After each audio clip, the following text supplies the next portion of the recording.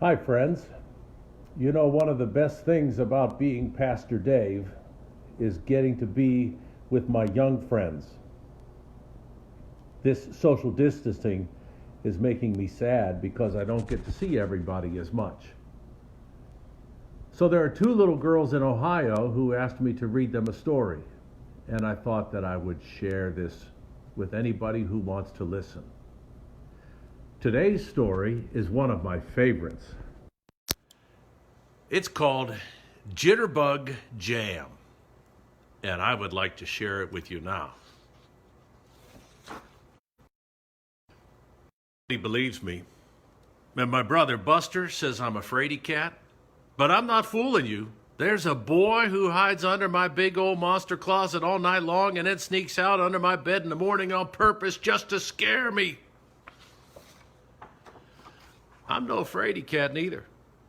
Even Godzilla, who everyone knows is the bravest monster ever, would be scared of a boy with pink skin and orange fur on his head where his horns be, and eyes that awful color the sky is when you wake up in the middle of the day and can't see, it's so bright out. Yesterday was the scariest yet. I hardly got a wink of sleep for all the scratch, skittering going on. That's why I crawled in the cabinet under the sink this morning early, still dark out, but coming up on sunrise when Mama always scoots us little monsters off to bed. No bed for me, not with that scary boy just waiting.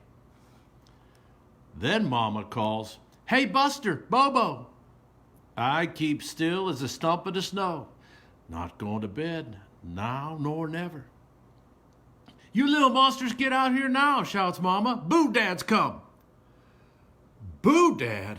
Now what? Bed or no bed, boy or no boy, got to climb out for Boo Dad.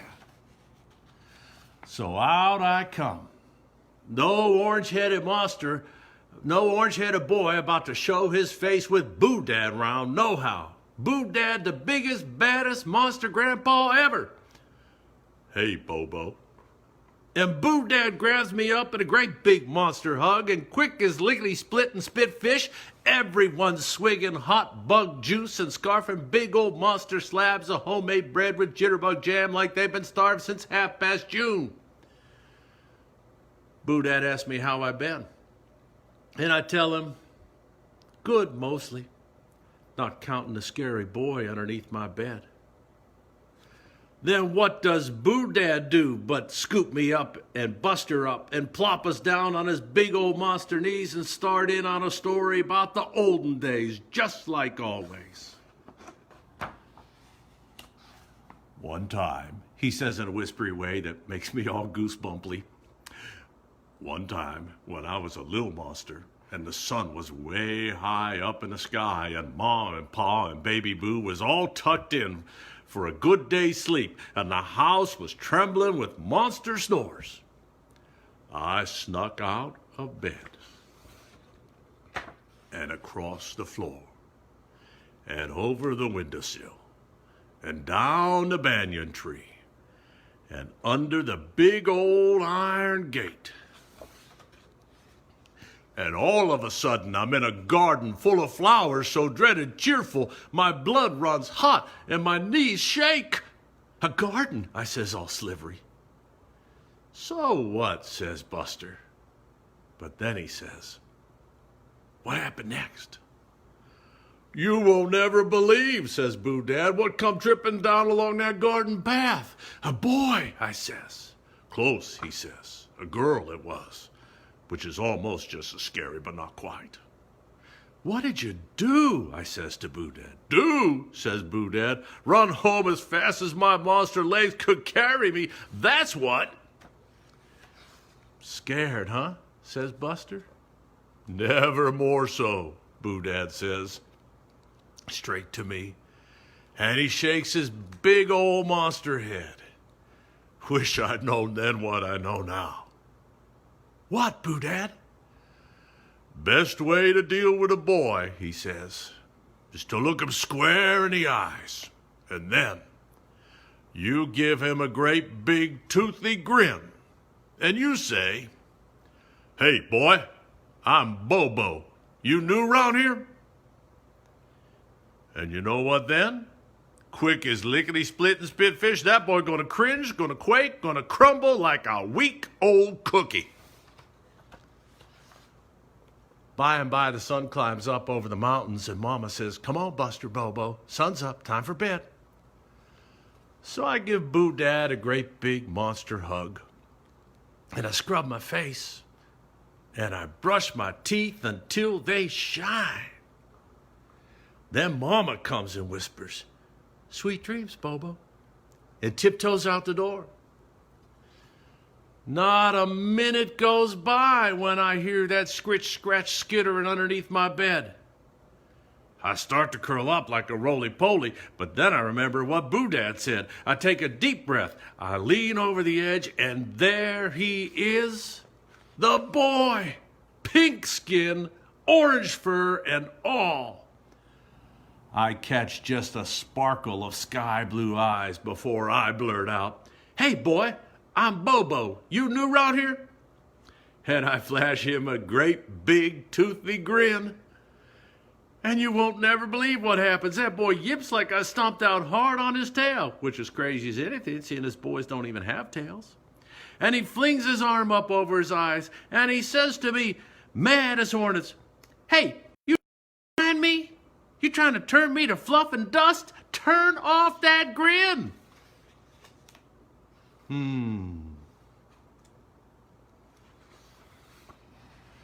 I turn off my grin all right. But not because that boy says so. It's my room. I make the rules. Just about to tell him so, too, when, "Please don't give me away." "Give you away to who?" "My brother. Under your bed is the only place he never, ever finds me." "But how come you hiding from him?" "Hide and seek. What else?" "Ooh." And I try to think how it would be to play hide and seek with Buster if Buster would ever stoop to play with a monster as little as me. "Shh," he says, "listen." Clump, clump, clump, clump, clump. That brother loud as dinosaurs. And quick as lickety-split and spit fish, he clumps out of the closet, round the bed, into the closet again like he'd never seen a thing. "Whoo-hoo, that was close," says the boy. "But where'd he come from?" I says. "Other side of the closet," he says, "same as me." "Thanks, kid. Under your bed is the very best hiding place ever."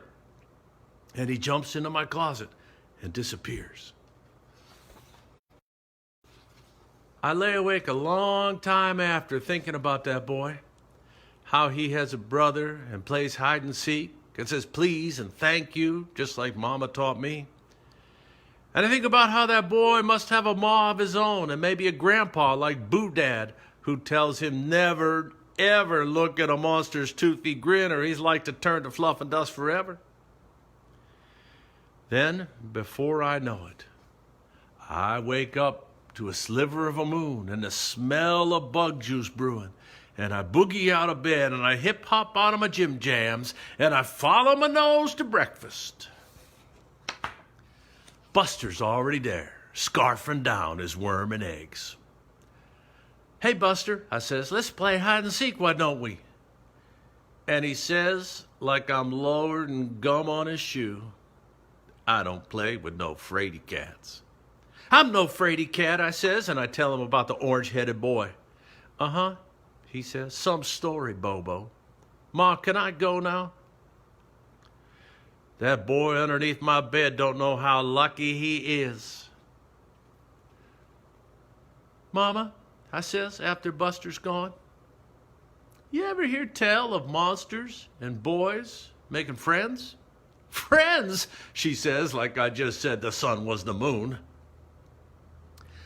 "Been thinking," I says, "about me and that boy hid under my bed." "Oh, Bobo," sighs Mama, "you and that boy." "Yep, me and that boy, all right. I made up my mind, and nobody gonna change it. Come sunrise, I'm gonna slide a slice of bread and jitterbug jam down under my bed and see what happens." That's the end of Jitterbug Jam. I hope that you like it.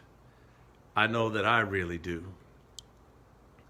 If you have ideas for other stories that you'd like me to read, let me know. Send me a message. I'll talk to you tomorrow. Goodbye, friends.